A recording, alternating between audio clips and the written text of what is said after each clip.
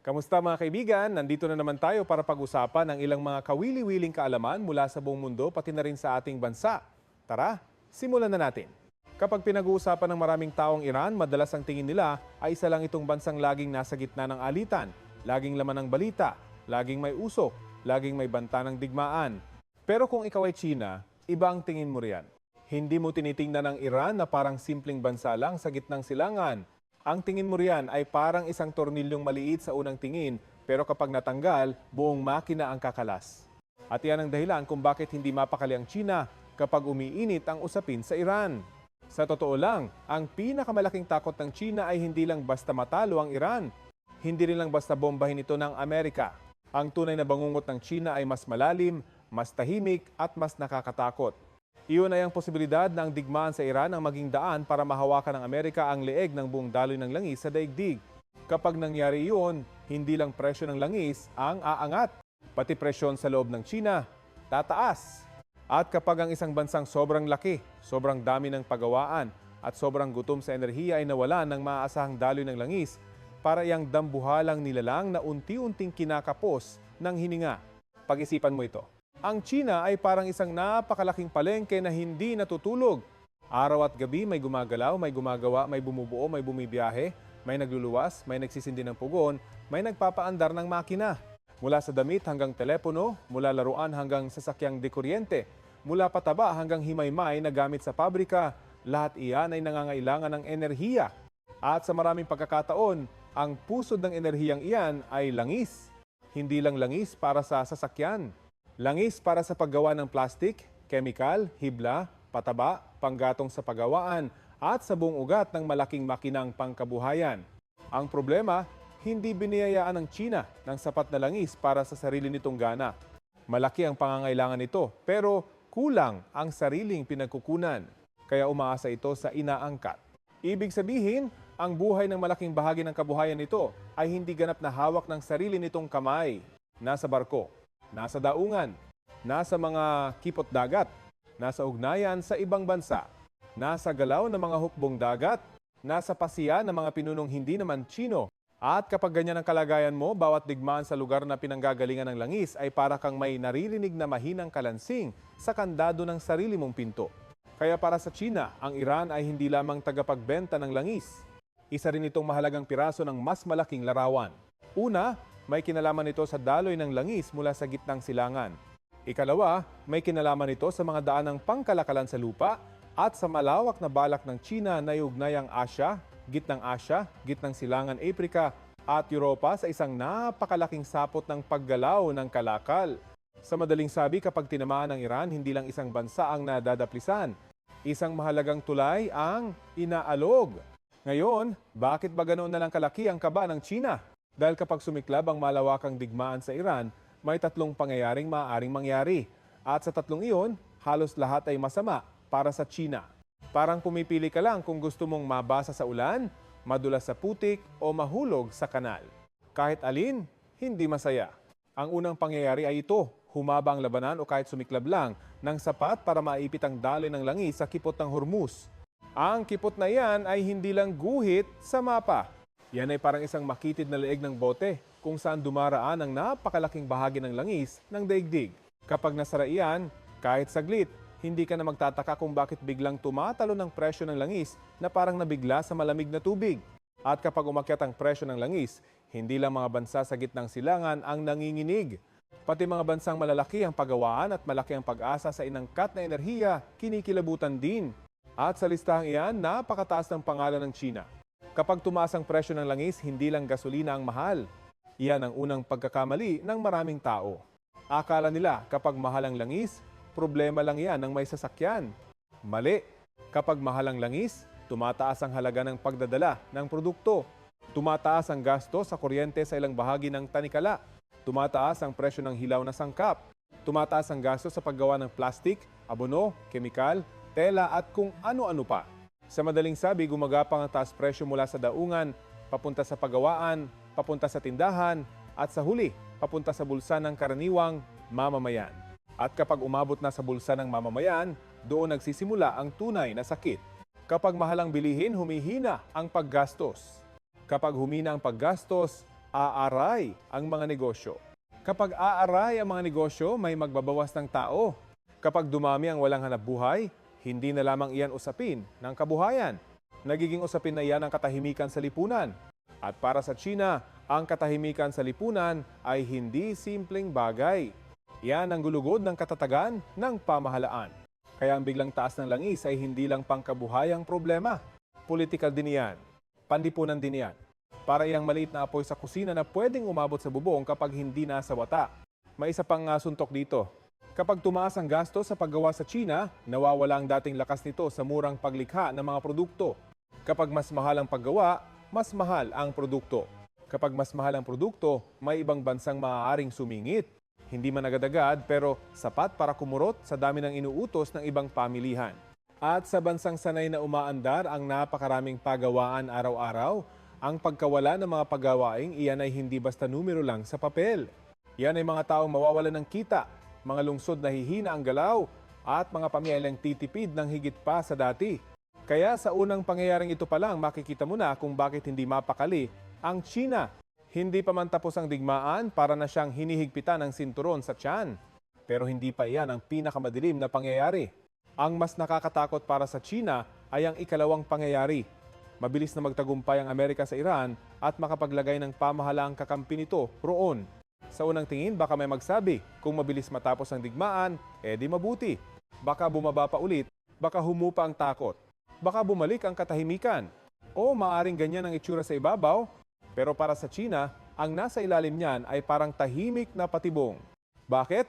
Dahil kapag napasa ilalim sa impluwensiya ng Amerika ang Iran, lalong lalaki ang abot ng Amerika sa mga pangunahing pinagmumula ng langis at mga rutang may kaugnayan dito. Nasa impluwensya na nito ang maraming kakampi sa rehiyon. Malaki rin ang sarili nitong kakayahan sa enerhiya. Kung madadagdag pa ang Iran sa lawak ng kapangyarihang iyan, lalong titibay ang posisyon nito sa isang bagay na kinatatakutan ng China, ang pagkontrol sa gripo ng pandaigdigang langis. At kapag hawak ng kalaban mo ang gripo ng langis, hindi mo kailangang bombahin araw-araw para mapaluhod ka. Sapat nang iparamdam sa iyo na kaya kanyang pigilan sa pinakaimportanteng ugat ng iyong kabuhayan. Isipin mo ang isang pagawaan na hindi pinasok ng kawatan, pero pinutulan ng kuryente. Hindi niya kailangang wasakin ang makina. Sapat na ang patigiling ito. Ganiyan ang takot ng China. Hindi ang biglang pagbagsak lang, kundi ang posibilidad na hawakan ng Amerika ang kakayahang pigilan ng paghinga ng kabuhayang Sino sa oras na gugustuhin ito. Sa ganyang kalagayan, hindi lang usapin ng langis ang nakataya. Pati pag-uusap sa kalakalan, agham, paggawa ng makabagong kagamitan, lakas pandigma at ugnayan sa mga karatig dagat. Lahat iyan ay pwedeng maapektuhan. Kapag alam mong ang kabilang panig ay may kamay sa isang bagay na hindi mo pwedeng mawala, humihina ang tindig mo sa hapag-usapan. At yan ang kinatatakutan ng China, hindi lamang ang pansamantalang hirap, kundi ang pangmatagalang pagkakakadena. May isa pang masakit na bahagi nito. Hindi lang langis ang nakatali sa Iran para sa China. Mahalaga rin ang Iran sa daan ng panlupa ng malawak nitong balak sa pag-uugnay ng mga pamilihan at rehiyon. Para iyang mahalagang tulay sa gitna ng mahabang biyahe. Kapag ang tulay na iyan ay napunta sa mahigpit na impluwensiya ng kalaban, hindi na pareho ang buong ruta. Hindi ka man tuluyang maputulan, mababawasan ka ng kilos, mababantayan ka, at mas liliit ang kalayaang gumalaw. Ang isang malawak na pangarap na pangkalakalan ay pwedeng biglang magmukhang sapot na may malaking butas sa gitna. Kaya ang ikalawang pangyayari, kahit tila mas maayos sa panlabas na anyo dahil baka bumalik ang daloy ng langis pagkaraan ng digmaan, ay maaring mas mapanganib sa mahabang panahon. Para sa China, iyan ang uri ng pagkatalong hindi mo agad nararamdaman sa unang araw, pero unti-unti kang inuubos sa mga susunod na taon. Para yang sugat na maliit sa unang tingin pero nasa ugat pala ang tama. Ngunit may ikatlong pangyayari na mas malala pa dahil pinagsasama nito ang sakit ng una at ang pangil ng ikalawa. Ito ang pinakamalaking bangungot ng China, isang mahabang pagkagambala sa daloy ng langis na magpapasakit agad sa kabuhayan nito. At pagkatapos niyon, isang bagong ayos ng kapangyarihan kung saan mas mahigpit pang makokontrol ng Amerika ang daloy ng enerhiya sa hinaharap. Sa madaling salita, unang sasapakin ka, tapos saka katataliin. Iyan ang pinakamasakit. Ganito ang larawan niyan. Sa unang yugto, sumiklab ang labanan, nasira ang daloy ng langis. Umakyat ng husto ang presyo, nagkagulo sa merkado, naubos ang mga reserba, humina ang mga pagawaan, nagtaas presyo, at dumami ang takot sa loob ng China. Sa panahong iyan, ang bansa ay parang higanting pilit tumatakbo habang hinihila ang paa sa putikan. Pwede pa rin siyang kumilos pero bawat hakbang ay mabigat, magastos at nakakapagod. Pagkatapos, sa ikalawang yugto, kapag natapos o nahimasmasan ang digmaan at naibalik ang kaayusan sa mga lugar ng langis sa paraang pabor sa Amerika, doon papasok ang mas malamig na takot. Dahil habang sugatan ang kabuhayan ng China at gustong bumangon muli, saka nito mapapansin na ang mga pangunahing pinagmumulan at daan ng kailangan nito para sa pagbangon ay lalong napalapit sa impluwensiya ng Amerika. Ibig sabihin, ang gamot na kailangan mo para gumaling ay hawak ng karibal mo. Hindi mo kailangan maging malikot ang isip para makita kung gaano iyan kapeligroso. Ito ang dahilan kung bakit para sa China, ang pinakamasamang maaaring mangyari ay hindi lang basta pagkatalo ng Iran o pagkabagsak ng presyo ng langis o pagkataas nito. Ang pinakamasama ay ang mawalan ito ng malayang puwang upang magmaniobra.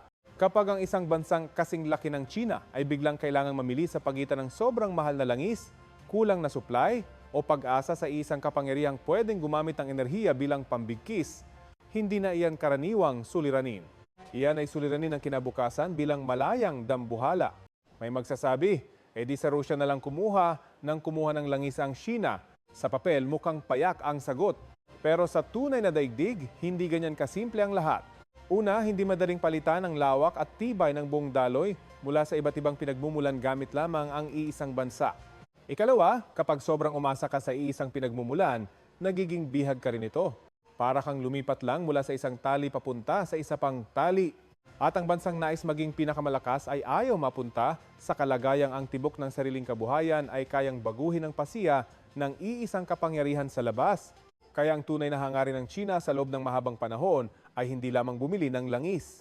Ang hangarin nito ay huwag lubusang umasa sa iisang landas, iisang pinagmulan, iisang daungan o iisang kapangyarihan.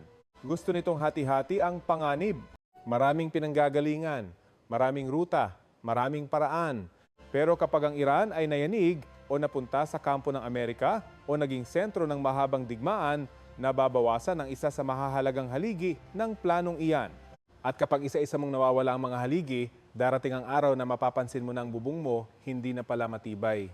Dito pumapasok ang mas malalim na punto. Ang alitan sa Iran para sa China ay hindi hiwalay na pangyayaring panlabas. Hindi yan pelikulang pinapanood lang mula sa malayo habang kumakain ng merienda. Hindi. Para sa China, iyan ay salamin ng sarili nitong kahinaan.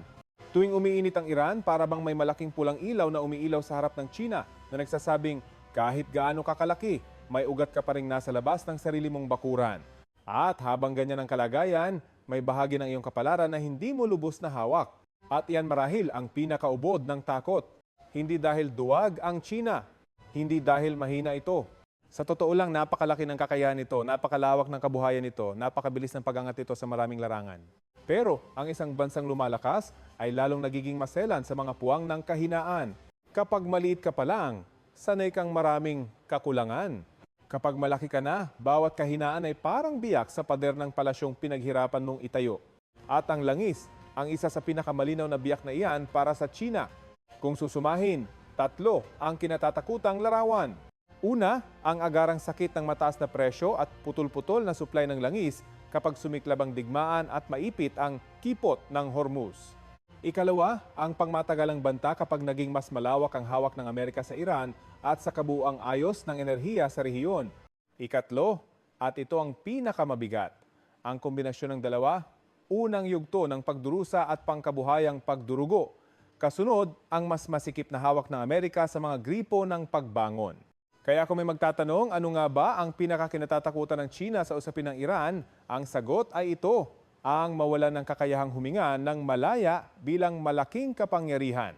Dahil kapag ang enerhiya mo ay kayang gambalain ng digmaan at pagkatapos ay kayang impluwensiyahan ng karibal mo, hindi ka lang nahihirapan sa kasalukuyan. Nilalagyan mo ng anino ang kinabukasan mo. At sa huli, iyan ang dahilan kung bakit ang Iran ay napakahalaga sa pagtingin ng China. Hindi ito basta kaibigan. Hindi ito basta tagapagbenta, hindi ito basta pwesto sa mapa. Isa itong susian, isa itong tarangkahan, isa itong tulay, isa itong bahagi ng pananggalang laban sa lubos na pagkakakulong sa isang daigdig na ang daloy ng enerhiya ay maaaring gamitin bilang sandata. At kapag ang bahaging iyan ay nayanig, ang China ay hindi lang simpleng nababahala. Talagang napupuyat ito. Dahil ang totoo, ang mga digmaan sa malalayong desyerto ay hindi lang usapin ng mga tangke at misil.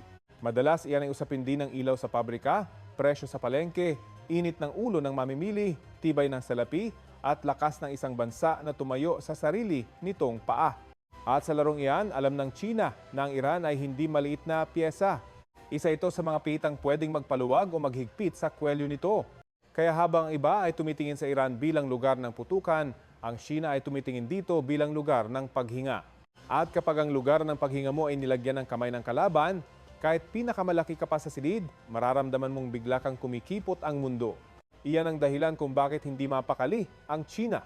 Iyan ang dahilan kung bakit ang Iran ay usapin ng buhay ng kabuhayan, tibay ng lipunan, at kinabukasan ng kapangyarihan. At iyan din ang dahilan kung bakit sa lahat ng maaaring mangyari, ang pinakanakakatakot para sa China ay ang digmaang unang sisira sa daloy ng langis at pagkatapos ay iiwan ang Amerika na mas malapit pa sa gripo ng enerhiya ng buong daigdig. Kapag nangyari iyon, hindi lang Iran ang mababago. Pati hugis ng tunggalian ng mga dakilang kapangyarihan, mababago. At alam yan ng China. Kaya habang ang iba ay sumisigaw sa ibabaw ng alon, ang China ay tahimik na nakatitig sa ilalim ng dagat kung saan dumaraan ang tunay na ugat ng kapangyarihan. Ang langis, ang ruta, at ang kakayahang magpatuloy na gumalaw kahit umiinit ang buong mundo.